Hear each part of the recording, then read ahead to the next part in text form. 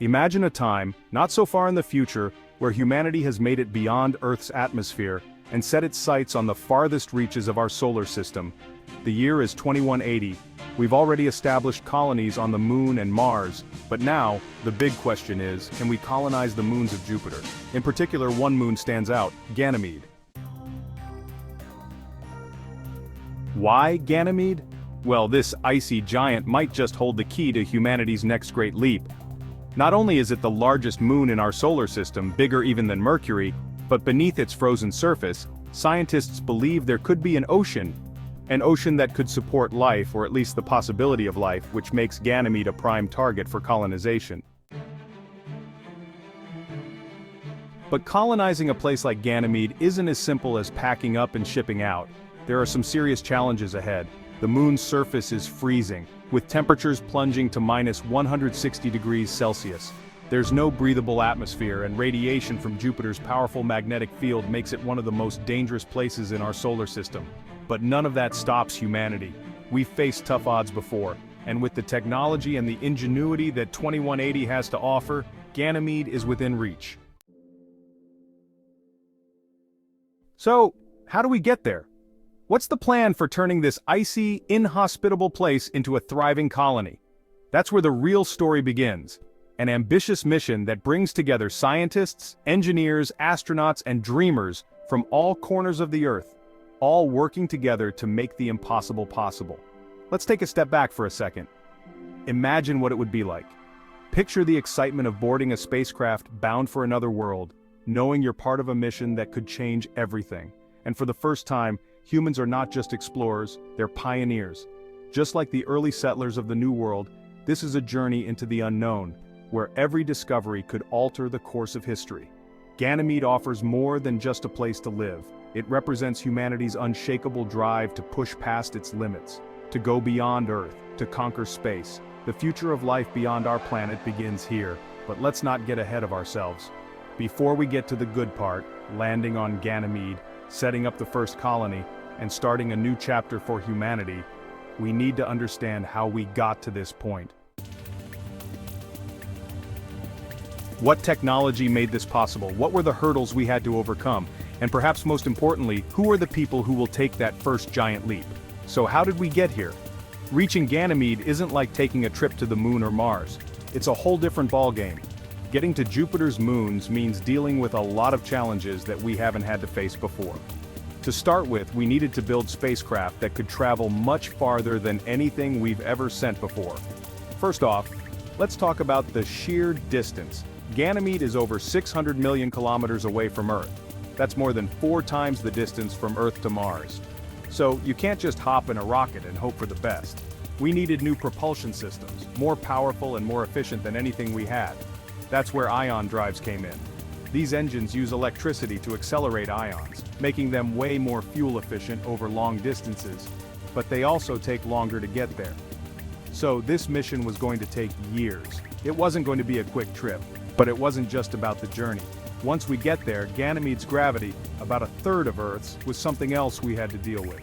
Landing on Ganymede, which has no atmosphere to help slow things down, would be tricky. We had to develop landing systems capable of navigating such a low-gravity, no-atmosphere environment. It's not like landing on the moon, where there's a little bit of atmosphere to slow your descent. This was going to be a delicate operation. And what about the protection of the crew? Ganymede's close proximity to Jupiter means it's constantly being bombarded by radiation. Jupiter has a huge magnetic field, and that sends radiation shooting across the moon's surface. Without proper shielding, astronauts would be in serious danger. So, we had to invent new materials to protect the colony. Think radiation-proof suits, advanced shielding on spacecraft, and underground habitats where the walls could protect from the harsh radiation. Then there's the issue of resources. Ganymede doesn't exactly have a storehouse of food and water ready for human consumption. So, we had to find ways to get creative.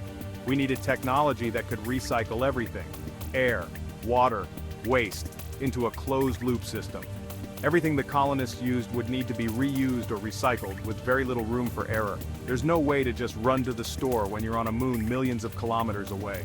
Power was another big hurdle. Ganymede's distance from the sun means it gets very little solar energy, so relying on solar panels alone wouldn't cut it. Instead, scientists came up with ways to harvest energy from Ganymede's own magnetic field, along with building fusion reactors and advanced energy storage systems to keep the colony running 24/7. Let's not forget about communication. At that distance, real-time communication with Earth becomes almost impossible. Messages can take over 30 minutes to travel one way, which means a lot of reliance on autonomous systems. Mission control on Earth can't step in every time there's a problem. The crew would have to make decisions without the luxury of instant feedback. All of these challenges weren't just solved overnight. They required years of research, testing, and even failures. But that's the nature of exploration. Learning from mistakes, adjusting plans, and never giving up. Each of these obstacles pushed our technology and ingenuity further than ever before. And in the end, it's these innovations that made Ganymede colonization possible. But even with all the technology in place, we still needed the right people for the job. And that's where the real human story begins. Now, we've talked about the technology, the challenges, and the huge leap humanity had to make to get to this point. But let's take a step back and focus on something just as important: the people. The mission to colonize Ganymede wasn't just about building rockets and habitats. It was about the incredible individuals who volunteered to leave everything they knew behind and go on this dangerous, pioneering journey. This wasn't just any mission. It was a once-in-a-lifetime opportunity, one that would shape the future of human civilization. And the people who signed up were aware of that, but they also knew they'd be taking on unimaginable risks. These weren't just astronauts, they were explorers, scientists, engineers, and doctors. Each person had a role to play, but they all shared one thing in common: they were ready to take humanity's next giant leap. One of the first things that came into play when assembling the team was diversity. This mission wasn't just about sending a few elite astronauts into space. It was about creating a sustainable society. And for that, we needed a broad range of skills.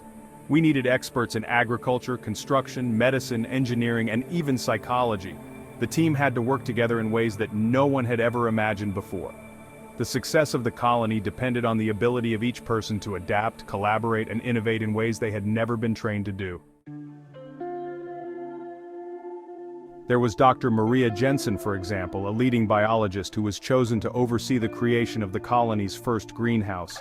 Maria wasn't just studying plants, she was studying how to grow food in an environment that wasn't just inhospitable, but hostile.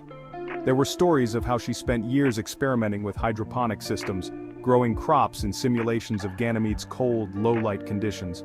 Her job was to ensure that the colony would eventually be able to feed itself. If the plants didn't grow, they didn't survive. Simple as that. And then, there was the engineering team. Among them was Raj Patel, a mechanical engineer who had worked on building the colony's first habitats.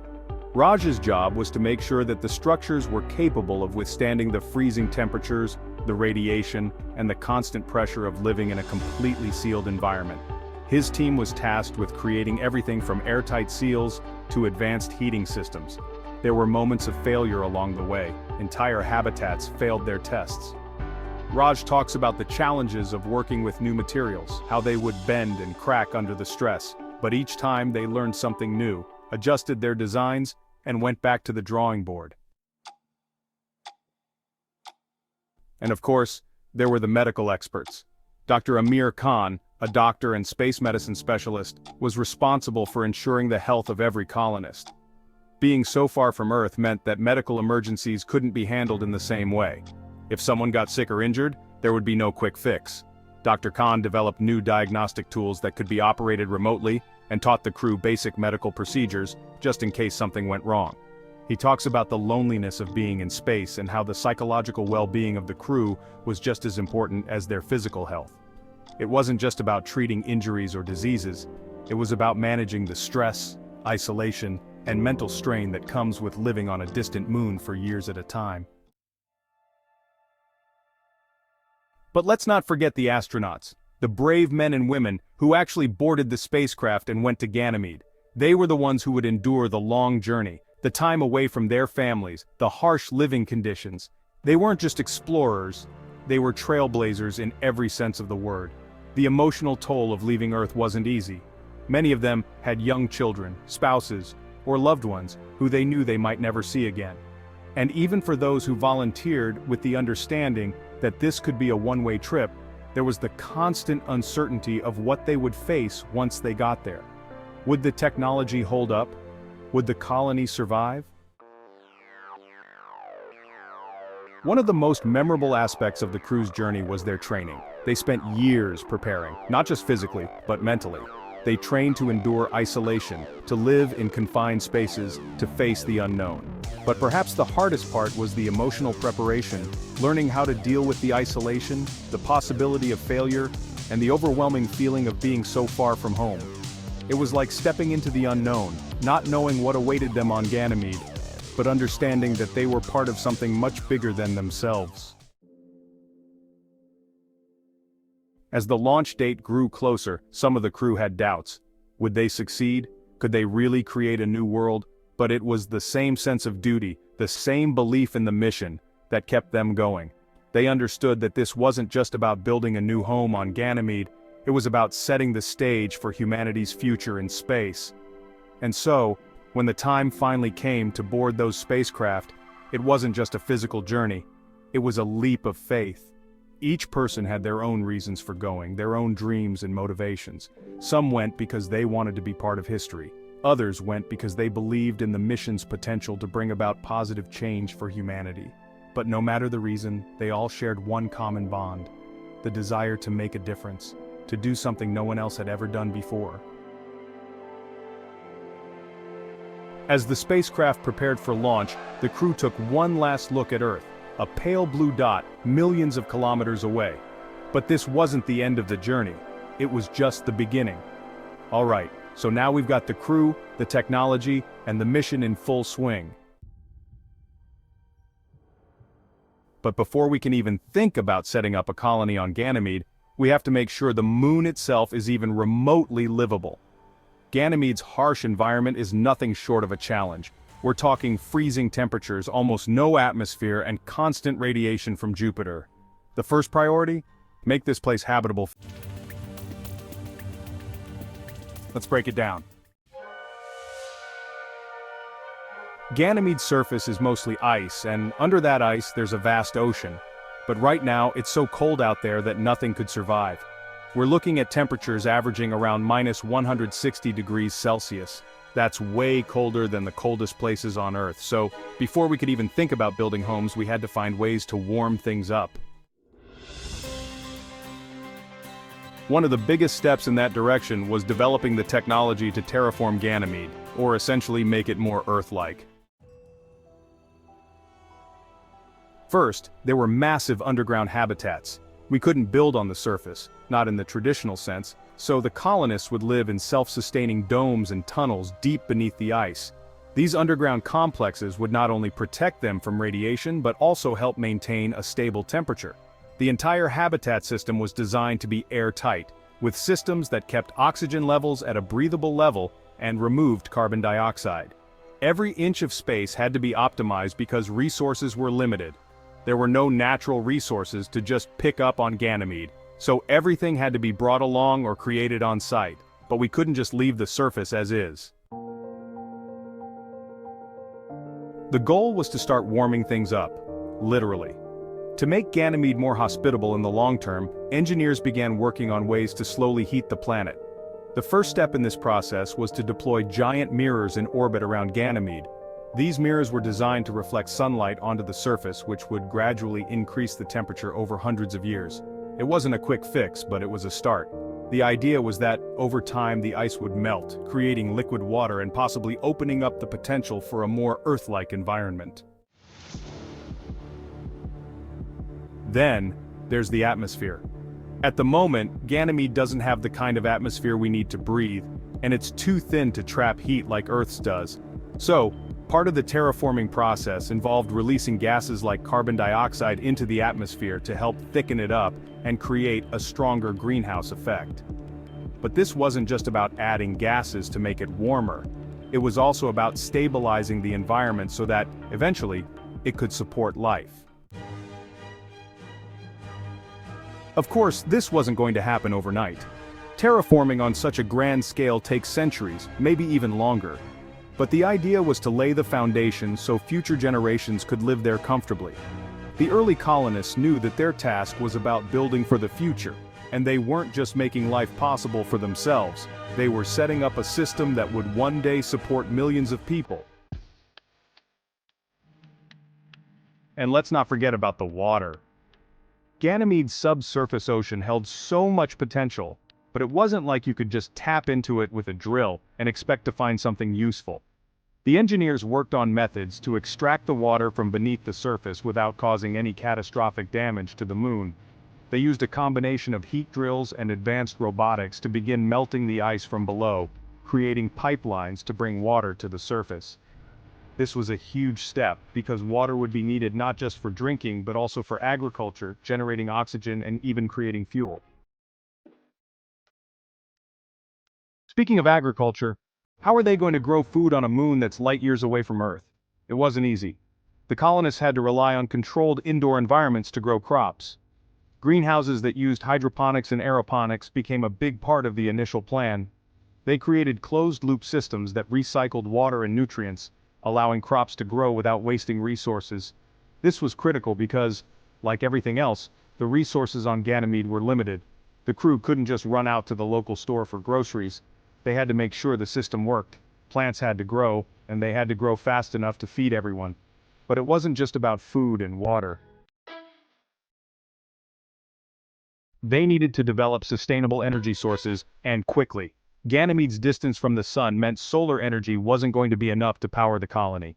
To solve this, scientists designed fusion reactors, small but powerful energy sources that could run constantly and provide the necessary power.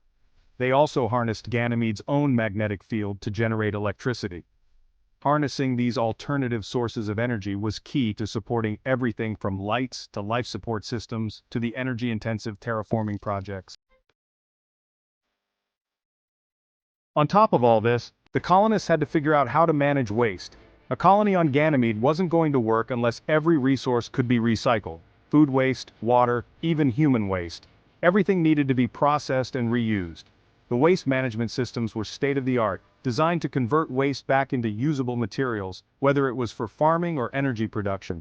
It wasn't glamorous work, but it was crucial for the survival of the colony. Without it, everything would quickly fall apart.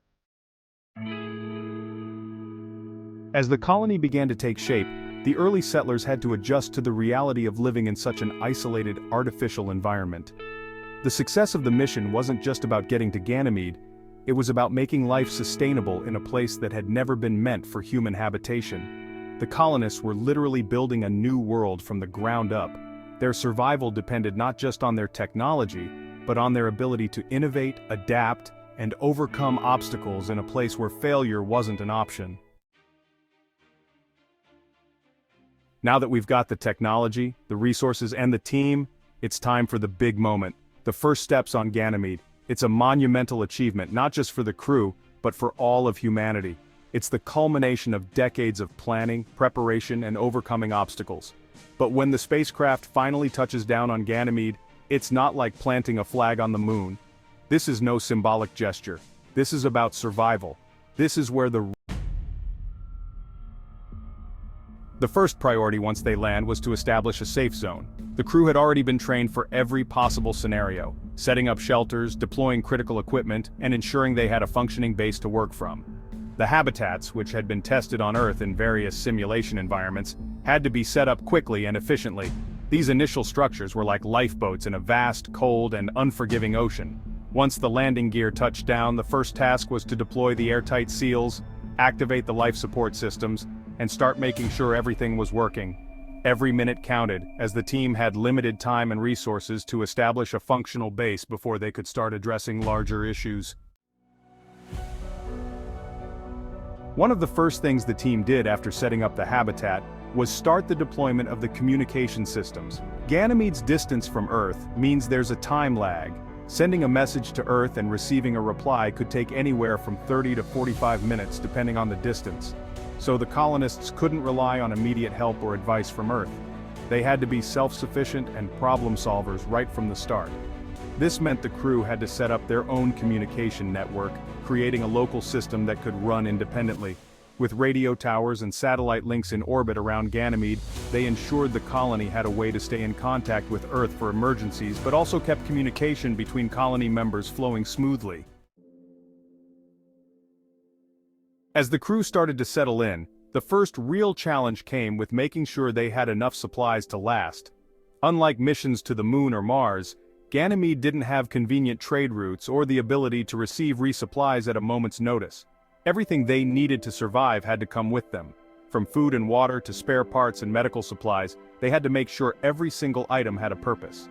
The logistics team back on Earth had worked tirelessly to ensure every shipment was organized, every resource accounted for, and every tool was in place. But it wasn't just about getting everything there. It was about ensuring they could make do with what they had, stretch resources as far as possible, and innovate on the fly when they didn't have the right tools. Then there was the issue of maintaining health in such an isolated, alien environment. Even with advanced medical systems and the constant monitoring of vital signs, the psychological impact of being so far from home, with no direct contact for months or even years, took a toll. The crew had to work hard to maintain their mental well-being, and this meant establishing routines that would help everyone cope. Physical exercise became a daily necessity, not just for health, but to stave off the effects of isolation. Crew members would spend time outdoors in the controlled environment of their spacesuits, collecting samples, studying the surface of Ganymede, and building out the first research outposts. These tasks, though essential, also served as an outlet for the stress and anxiety that came with being light years away from Earth. As the days went on, the colonists began working on expanding the habitats. One of the first goals was to create additional living spaces for the incoming waves of settlers. This wasn't just about building shelter, it was about creating a community. The team began constructing common areas, a place for meetings, a recreational area, and even a small library. In a place where the physical environment felt so alien, it was essential to maintain a sense of normalcy, to create a feeling of home, even if it was on a moon millions of kilometers away from Earth. A critical step in the colony's success was the development of the first systems for growing food. Early attempts were focused on hydroponics, growing crops in a water-based, soil-free environment. But the real challenge wasn't just getting the crops to grow, it was making sure they could grow enough to feed everyone. The team had to constantly adjust the nutrient systems, monitor plant growth, and even experiment with different species of plants that could survive in the artificial conditions of Ganymede. This wasn't just about feeding the colonists, it was about creating a self-sustaining food system that would grow over time, ensuring that future generations of colonists could thrive without needing constant resupplies from Earth. Water, as you can imagine, was another massive issue. The crew had access to some of Ganymede's frozen water beneath the surface, but they had to mine it carefully. Drilling into the ice was no easy task. The engineers used specialized, high-tech drills capable of penetrating the thick ice layers without damaging the subsurface ocean. It was a delicate operation, with a lot of potential for disaster if things went wrong. Once they'd extracted the water, it had to be purified, filtered, and stored. But it didn't stop there. Water had to be recycled, reused for everything from drinking to growing food.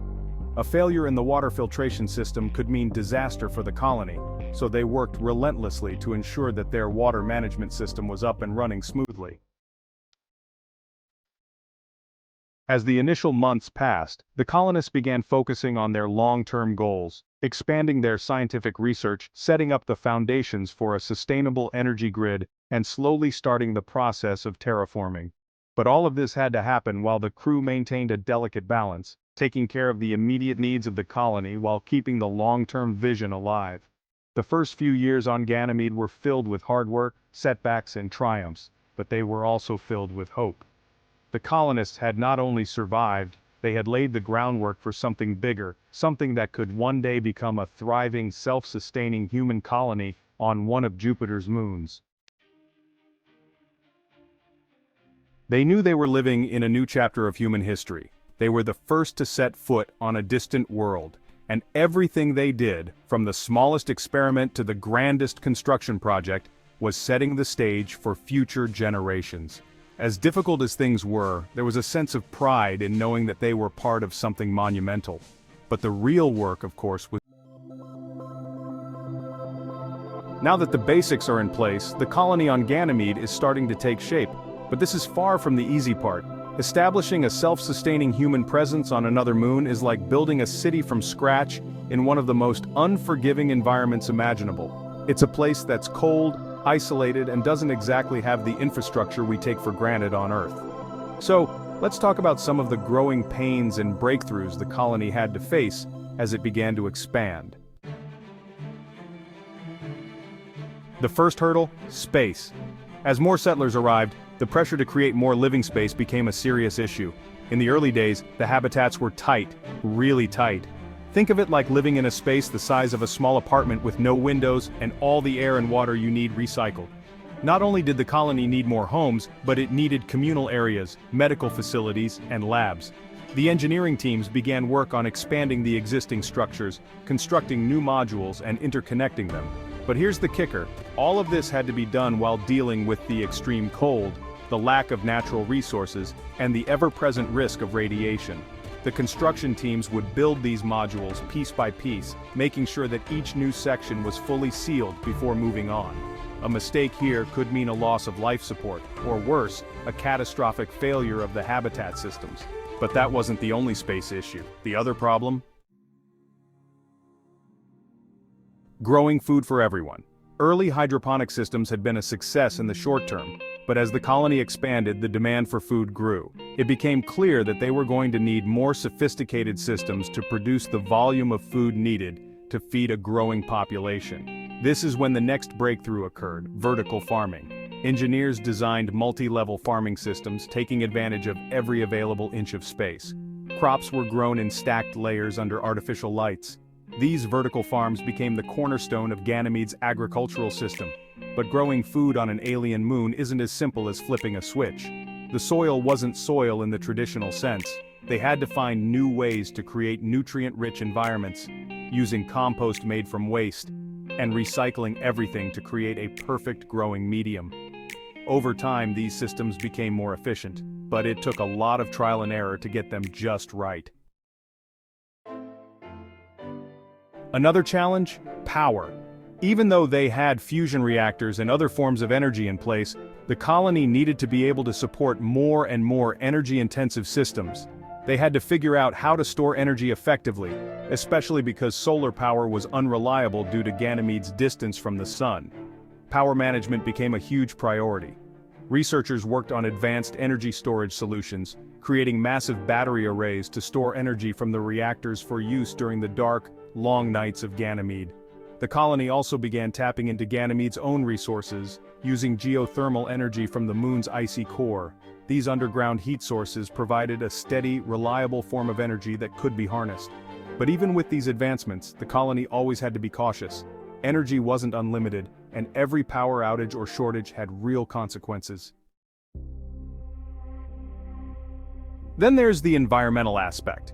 Ganymede was still a far cry from being Earth-like. Terraforming was slow going, and the temperature was still far too cold to sustain life without artificial help. To speed things up, scientists used massive heat-generating equipment buried deep under the ice to slowly melt the surface and release gases into the atmosphere. This was a massive operation, and it had to be done carefully, so they didn't destabilize the moon's surface. Over time, the temperatures began to rise, but it was still a long way from being a place where people could walk around without protection. The idea was to create a gradual shift, one that could take hundreds of years. So in the meantime, life on the surface was still about building on top of this very artificial environment, continuing to rely on underground cities, pressurized suits, and the constant recycling of air and water. Another major focus during this phase was expanding the colony's infrastructure for communication. Since the time delay between Ganymede and Earth could be anywhere from 30 to 45 minutes, real-time communication with Earth was simply impossible. That meant the colonists had to become entirely self-reliant, and the colony needed its own systems for news, decision-making, and problem-solving. The colony set up a local network of satellites, which helped improve communication between the surface and orbital stations around Ganymede. These satellites also served as relays for communication back to Earth. Still, communication wasn't always smooth. Sometimes messages would get delayed or dropped, which made decision-making difficult. There were moments when important decisions had to be made with little to no feedback from Earth. Colonists started to rely more on their own judgment, developing protocols for how to handle emergencies and everyday tasks with little outside help. As the colony grew, new challenges emerged. Maintaining morale was a constant battle. With more settlers arriving, tensions started to rise. Living in such a confined space, in such harsh conditions, with the knowledge that there was no easy way to turn back to Earth, started to wear on everyone. The leadership team, including the psychologists and counselors, worked hard to ensure the psychological health of the colonists. They set up therapy programs, recreational activities, and virtual social networks to help people stay connected to their families back on Earth. But even with these measures, loneliness, homesickness, and the constant weight of uncertainty still took a toll. Some colonists struggled with the long isolation, which could feel even worse as they started to see life on Earth move forward, knowing they were stuck. The community worked hard to keep things positive, though. Over time, a sense of camaraderie and shared purpose grew. People who had never met before Earth's orbit came together to create something truly remarkable.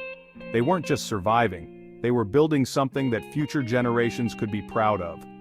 Even though the odds seemed stacked against them, they knew that they were pioneers, part of a historic mission. The breakthroughs in agriculture, energy, and construction gave them hope that Ganymede could one day become a thriving, permanent home. But the journey wasn't without its setbacks. Despite all the advancements, there were still plenty of moments where things went wrong. Equipment would malfunction, habitats would lose power, and problems with life support systems could send everyone into a panic. There were times when the colony had to put everything on hold to deal with these issues, forcing people to pull together and come up with creative solutions. The mistakes were part of the process, and with each one, they learned how to make Ganymede a little more livable, a little more like home. Through it all, the colony grew stronger, not just in population but in spirit. The early settlers had laid the foundation for something incredible. They didn't just want to survive, they wanted to create a new world, a world where humanity could reach out beyond Earth and begin to explore the stars. The work was tough, the risks were high, but the rewards were even higher. The dream of a thriving, self-sustaining colony on Ganymede was slowly becoming a reality.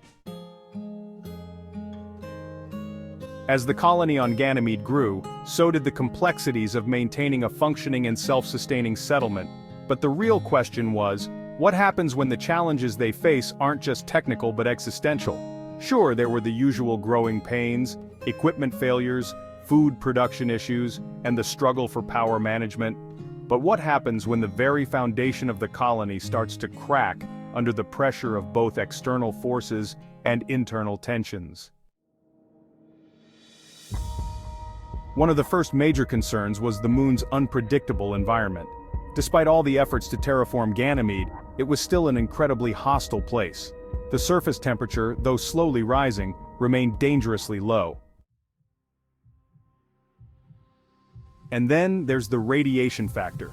Ganymede, like the rest of Jupiter's moons, is bathed in radiation from the massive magnetic field of Jupiter. The radiation levels on Ganymede can be lethal over time without constant protection.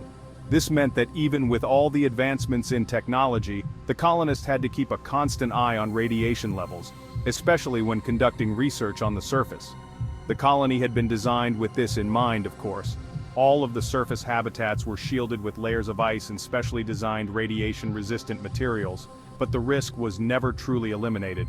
Engineers constantly had to upgrade these shields, making sure the radiation exposure stayed at a safe level. But what about future generations? Could the next wave of settlers handle this ongoing threat, or would they have to find a way to shield themselves more effectively in the long term? It wasn't a question they could afford to ignore. Radiation would always be a threat, one that required constant vigilance and improvement. Another looming issue was Ganymede's own geology. Even though the terraforming process had been progressing, it wasn't always smooth sailing. The moon's icy crust, while a potential source of water, was anything but stable.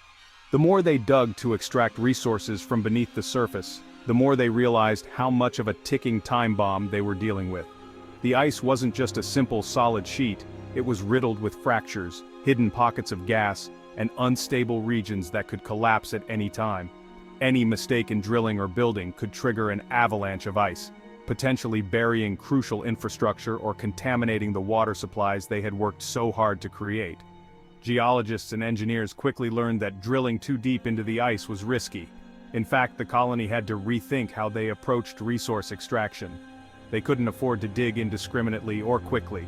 They needed a more sustainable, safer approach, one that could tap into the resources Ganymede had to offer without compromising the colony's long-term stability. The ice beneath the surface was unstable, and the deeper they went, the greater the risk of triggering something catastrophic. Then, there were the external forces to consider. Ganymede, like all moons of Jupiter, had its fair share of meteor showers. While Ganymede's size and gravity helped it avoid some of the smaller space debris, the bigger asteroids and meteors were still a threat. As the population grew, so did the colony's infrastructure. More people meant more equipment, more technology, and more buildings to protect. A direct hit from a large asteroid could destroy vital infrastructure, causing the colony to suffer losses it might never fully recover from. While advanced tracking systems were put in place to detect incoming objects, the sheer unpredictability of space meant that there was no surefire way to guarantee safety. Early warning systems helped, but as Ganymede's population grew, so did the need for better defense mechanisms. The crew also faced growing tensions within the colony itself. When the first settlers arrived, they were all driven by a common goal: survival. But as time passed, the reality of living in such an isolated and harsh environment began to strain relationships. The pressure of working in an environment where every single resource had to be conserved and every decision could be life or death began to take its toll. Disagreements over leadership, the distribution of resources, and the direction the colony should take in the future started. The leadership team, once a unified force, now had to contend with rising friction between different factions. Some settlers wanted to focus on further expanding the colony, creating new habitats, and increasing their presence on the surface. Others, however, felt that they needed to take a step back and prioritize sustainability, focusing more on refining their resource management systems and improving the technologies they had in place. There were debates over terraforming priorities. Should they continue aggressively warming the surface, or take a more conservative approach to avoid destabilizing the ice beneath? These kinds of discussions became more frequent, and even the smallest issues could escalate quickly. The psychological pressure of living on Ganymede added to the tensions. The isolation, the constant risks, and the overwhelming knowledge that there was no easy way back to Earth weighed heavily on everyone's minds. The colonists were not only physically separated from Earth, they were psychologically distant as well.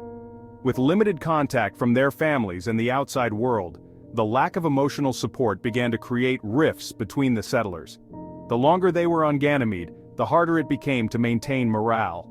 People began to question whether it was worth it, whether the sacrifice of living on this frozen, desolate moon was truly worth the chance to build a new world. While these tensions were certainly a challenge, they also forced the colony to adapt. In the face of adversity, new systems of governance began to emerge. What started as a top-down, Earth-driven decision-making process quickly evolved into a more democratic, colony-driven system. The colonists realized that in order to survive and thrive, they needed to work together, to make sure every voice was heard. The leadership of the colony had to include the settlers themselves, not just the top officials from Earth's space agencies. These shifts were vital for long-term survival. If the colony was to keep growing and expanding, the people who lived there had to take ownership of their future. And then there was the issue of culture. What happens when you take a group of people from all over Earth, different countries, different backgrounds, different belief systems, and put them in a confined space with no easy way out? Over time, the settlers on Ganymede began developing their own unique identity. While they still maintained connections with Earth, there was a growing sense that Ganymede was becoming its own world. New traditions were formed, new rituals, new ways of living and working. And with that, a new generation began to grow up on the moon, one that had never known Earth as home. How would this new generation view their role in the colony's future? Would they see themselves as Earth's children, or as pioneers of a new world?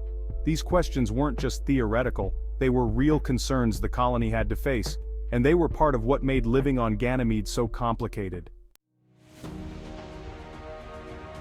As the colony expanded, the challenges only became more pronounced, but the settlers on Ganymede were resilient, determined to make their new home a reality despite all the obstacles. In the face of growing threats, both from within and outside, the colony had to keep pushing forward, finding solutions and making sure that every new day was a step closer to making Ganymede a true second home for humanity. By this point, Ganymede wasn't just surviving. It was thriving in ways no one had ever anticipated. The colony had grown far beyond the initial settlement phase. What started as a few dozen people now numbered in the thousands. The infrastructure had expanded, the technologies had matured, and the settlers had slowly but surely built something that felt like a real community.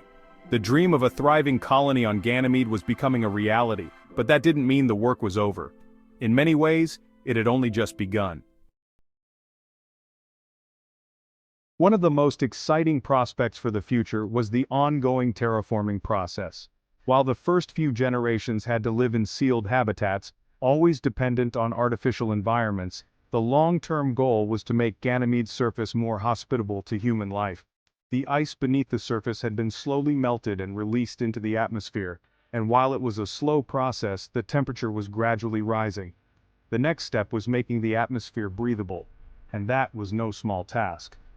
The oxygen levels on Ganymede were far too low to support human life, and the atmosphere was mostly carbon dioxide.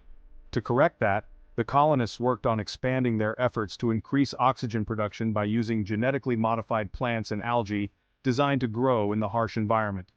At the same time, they started experimenting with more advanced techniques to thicken the atmosphere, using technologies like algae farms, large-scale chemical processes, and even synthetic biology. This wasn't a quick fix. It would take generations of gradual work to make Ganymede truly habitable for future colonists, without the need for pressurized suits or artificial atmospheres. But each year, they made progress. Every breakthrough in terraforming was a step closer to a world where future generations wouldn't even need to imagine Earth, because they'd grow up on Ganymede itself. Alongside this, the colony began focusing on more sustainable technologies. The use of fusion power, the introduction of more efficient energy storage systems, and advancements in recycling methods meant that Ganymede was gradually becoming less reliant on Earth. The goal was for the colony to be entirely self-sufficient, not just in terms of food and energy, but in all areas of life. As the settlers began to understand the moon's resources, they started to find ways to use what Ganymede itself had to offer. From mining ice for water to extracting minerals from the moon's core, the colonists worked on building the infrastructure to sustain an expanding population without having to ship in supplies from Earth.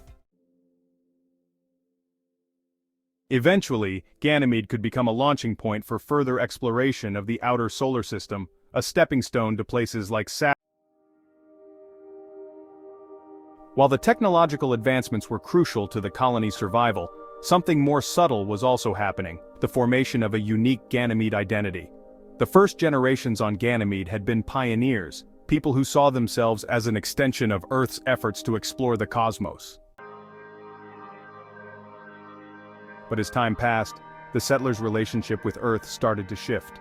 They were no longer just visitors on a distant moon, they were becoming Ganymedians, people whose entire lives, culture, and history were tied to this frozen world. New traditions began to form, a unique culture began to emerge, and a new way of life was born out of necessity and creativity. Generations of children grew up on Ganymede. They had never seen Earth, never known the blue sky, the green trees, or the bustling cities. Their world was one of advanced technology, artificial landscapes, and controlled environments. They had to learn to work in harmony with the technologies that made life on Ganymede possible. Everything from their water systems to their energy grids. They understood that their future was not dependent on Earth, but on the systems they built themselves. It was an entirely new perspective, a perspective shaped by isolation, by the necessity of self-sufficiency, and by the dream of a new home for humanity. Ganymede's location made it the perfect launch point for future expeditions beyond the Moon and Mars. With a fully functioning base, self-sustaining agriculture, and growing energy resources, Ganymede had the potential to become a hub for interplanetary travel. This wasn't just about the colony surviving, this was about positioning Ganymede as the gateway to the rest of the solar system. And then there were the possibilities for science. The scientific discoveries being made on Ganymede weren't limited to terraforming or resource management. Ganymede itself was a goldmine for research. Beneath its icy surface lay a vast ocean, an ocean that over time scientists became increasingly convinced could harbor life. The colony's research teams set up deep drilling stations to probe deeper into the ice and explore the liquid water below.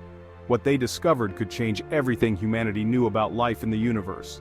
If microbial life existed beneath the surface of Ganymede, it would mean that life could exist in places previously thought to be completely inhospitable. This opened up new frontiers for exploration and discovery, not just on Ganymede but on moons and planets across the solar system.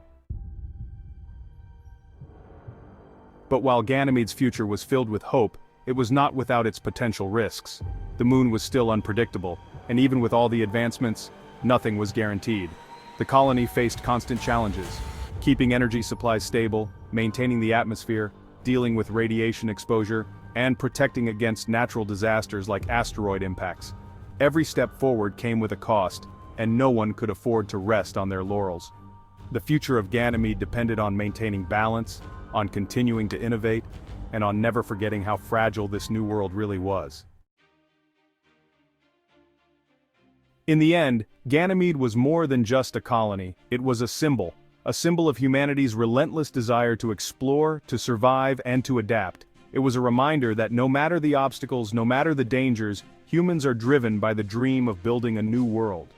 Ganymede wasn't just a place to survive, it was a place to thrive, to learn, and to grow. And as the next generations continued to build upon the legacy of the pioneers, they would carry with them the hope of creating something that would endure